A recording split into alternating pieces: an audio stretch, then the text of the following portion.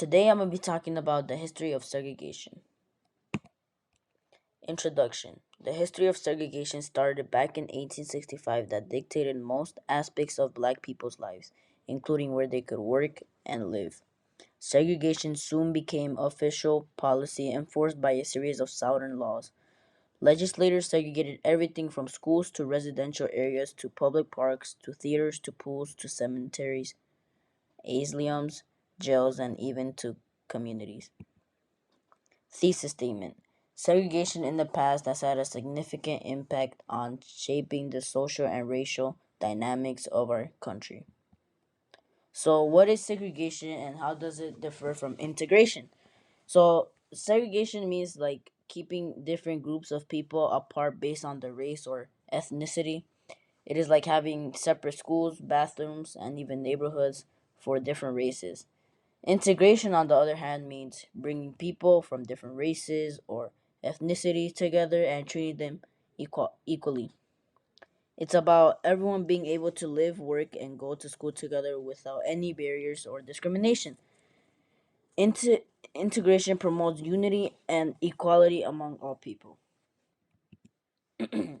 So, how did segregation affect different areas of life, such as schools, transportation, and public facilities?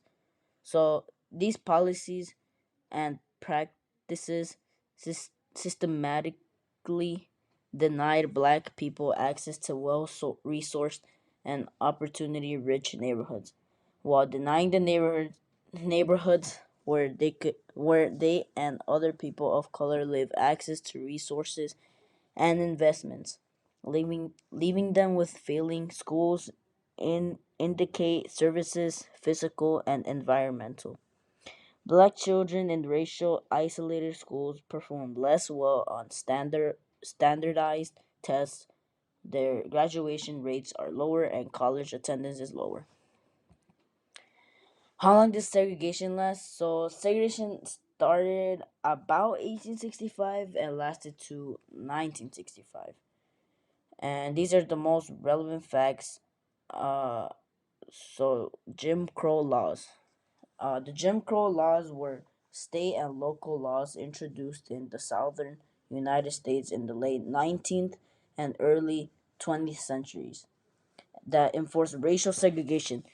The Jim Crow, being a pejorative term of an African American, such laws remained in force until 1965. So, Ida B. Wells.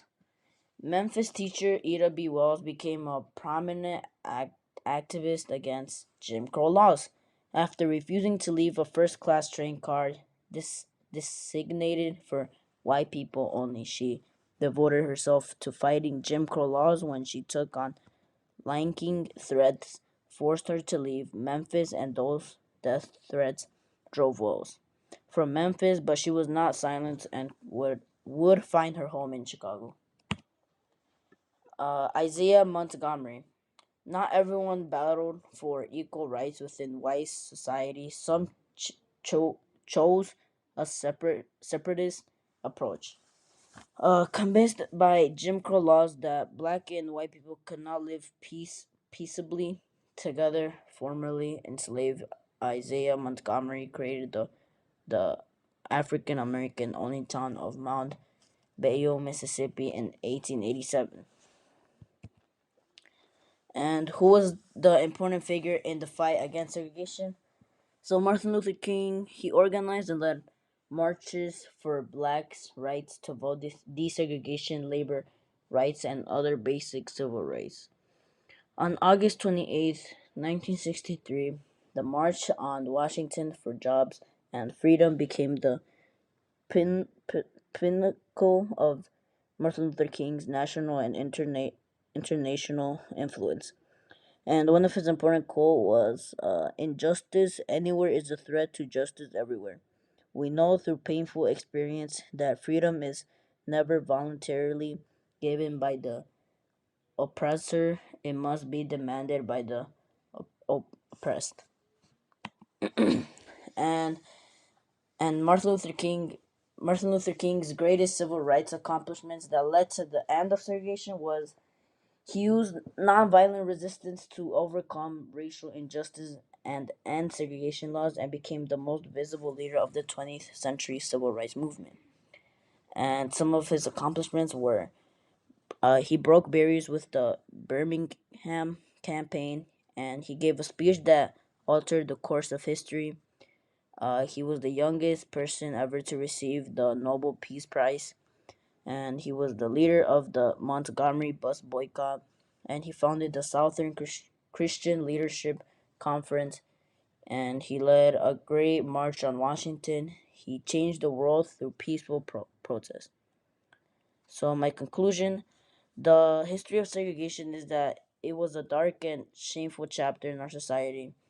It caused immense harm and inequality. The history of segregation has led an impact on our society, reminding us of the need to try hard for equality and unity among all people. Segregation in the past has had a significant impact on shaping the social and racial dynamics of our country. And my resources, and that's it.